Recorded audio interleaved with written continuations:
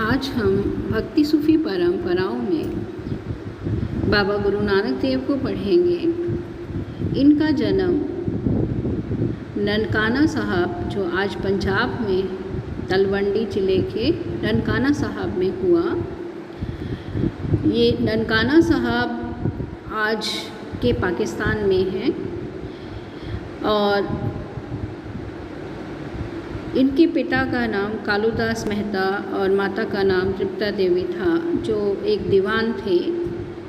इनके माता पिता ने इन्हें शिक्षा दीक्षा के लिए मदरसे में भेजा, जो मुस्लिम समाज के स्कूल होते थे, जिसमें इन्होंने अरबी और फ़ारसी भाषाएं सीखी। और बचपन में ही बहुत छोटी उम्र में इनके माता पिता ने इनका विवाह कर दिया, परंतु इनका मन गृहस्थ जीवन में नहीं लगता था और इन्होंने संन्यास ले लिया। संन्यास लेने के बाद ये बहुत दूर दूर की यात्राओं पर गए, यहाँ तक कि मक्का मदीना की भी इन्होंने यात्राएं की और भारत के बहुत से सूफ़ी संत जैसे कबीरदास, चैतन्य महाप्रभु, नामदेव आदि, गुरु शंकराचार्य और बहुत से सूफ़ी संतों से ये मिले और इन्होंने अपने इन सब के उपदेशों के निचोड़ से अपनी शिक्षाएं लोगों तक शब्दों के माध्यम से पहुंचाई, जिसमें इन्होंने मूर्ति पूजा का विरोध किया, दीन दुखियों की सेवा पर बल दिया, हिंदू मुस्लिम जो समाज में ब्राह्मणों के जो और आडंबर थे उनका विरोध किया, दान देने के लिए कहा, स्नान, दान, यज्ञ, आडंबर, इनका इन्होंने विरोध किया। और इसी तरह से इन्होंने मुस्लिम समाज का भी विरोध किया। इन्होंने साझी रसोई पर बल दिया, जिसके अंतर्गत बिना किसी धर्म जाति के भेदभाव के सभी लोग मिलजुल करके पंगत में, यानी एक पंक्ति में बैठ कर के अमीर गरीब छोटे बड़े सब भोजन करें। इससे जाति भेदभाव समाप्त होगा, धर्म के अंतर्गत जो लोगों में फैली हुई कुरीतियाँ हैं वो समाप्त होंगी। इन्होंने अपने उपदेशों को शब्दों के माध्यम से लोगों के बीच संगत के रूप में गाया और इनका सहयोग करने के लिए इनका एक सहयोगी था मर्दाना, जो रकाब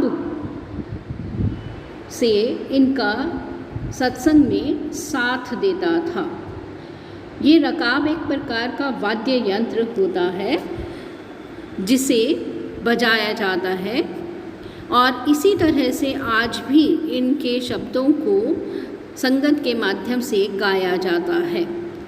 इन्होंने शिष्य प्रणाली प्रारंभ की, क्योंकि ये सूफी संतों के संपर्क में थे। तो इस गुरु शिष्य परंपरा के अंतर्गत इन्होंने अपना उत्तराधिकारी गुरु अंगद देव जी को चुना और ये परिपाटी लगभग 200 सालों तक चलती रही, जिसमें लगभग 10 गुरु हुए, जो एक के बाद एक गुरु इसके अंतर्गत शामिल होते गए और 10 गुरु इसके अंतर्गत शामिल हुए। 5वें गुरु गुरु अर्जुन देव ने गुरु नानक देव और उनसे संबंधित जो अन्य भक्ति सूफी संत हुए या जिनके संपर्क में गुरु नानक देव जी आए, उनके शब्दों को उनके उपदेशों को गुरु ग्रंथ साहिब में संकलित किया और आज ये अमृतसर में स्थापित है। इनके विचारों को, इनके द्वारा जो दिए गए उपदेश थे, उनको शब्दवाणी या गुरुवाणी के रूप में संकलित किया गया है और जो अमृतसर में रखी गई है। गुरु नानक देव ने अपना अंतिम समय अमृतसर में यानी करतारपुर साहब में व्यतीत किया और यहीं पर इनका 1539 में करतारपुर साहब में ही इनका देहावसान हुआ। इनकी मृत्यु के पश्चात भी इनके उपदेश चलते रहे 10 गुरुओं के माध्यम से ये उपदेश जो है एक से दूसरे पीढ़ी तक पहुंचते रहे। इसी के अंतर्गत गुरु नानक देव के इस गुरु शिष्य परंपरा के अंतर्गत जो 10वें गुरु हुए गुरु गोविंद सिंह, उन्होंने सिख पंथ को एक नया रूप दिया जिसे खालसा पंथ कहा गया, क्योंकि उस समय में मुग़ल शासकों का बहुत ज़्यादा आतंक हो रहा था। तो ऐसे में इन्होंने सिखों को एक सैनिक धर्म में परिवर्तित किया, जिसके अंतर्गत सैनिक शिक्षाएं सिखों को दी जाती थी और इस पंथ को खालसा पंथ कहा गया। खालसा पंथ के अंतर्गत गुरु गोविंद सिंह ने युवाओं को सेना में शामिल होने के लिए ललकारा, ताकि मुस्लिम शासकों का विरोध किया जा सके।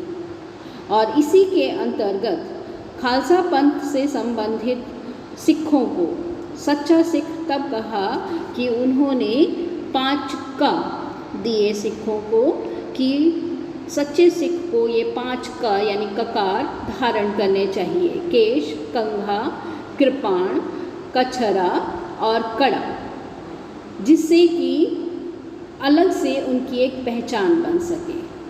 अब हम इन संतों को जानने के लिए जो स्रोत हैं उनके बारे में अगर बात करें तो इसमें खानकाएँ, दरगाहें, उनके द्वारा लिखे गए ग्रंथ या उनके अनुयायियों के द्वारा लिखे गए ग्रंथ, वास्तुकलाएँ, उनकी यात्राएँ, उनके द्वारा दिए गए उपदेश और एक पीढ़ी से दूसरी पीढ़ी तक फैले हुए उपदेशों के माध्यम से हम अलग अलग प्रकार के भक्ति संतों और सूफी संतों को जान सकते हैं। और इनके द्वारा जो लिखे गए जो शब्द हैं या इनकी जो वाणियाँ या इनके उपदेश हैं, वो आज भी आज की युवा पीढ़ी के लिए बहुत अधिक सहायक हैं। इसके अंतर्गत इन्होंने जो अलग अलग संतों को लिखे पत्र, उनके साथ हुए विचार विमर्श, उनसे भी हम इनके बारे में जान सकते हैं। तो ये हमारा चैप्टर जो है वो समाप्त होता है।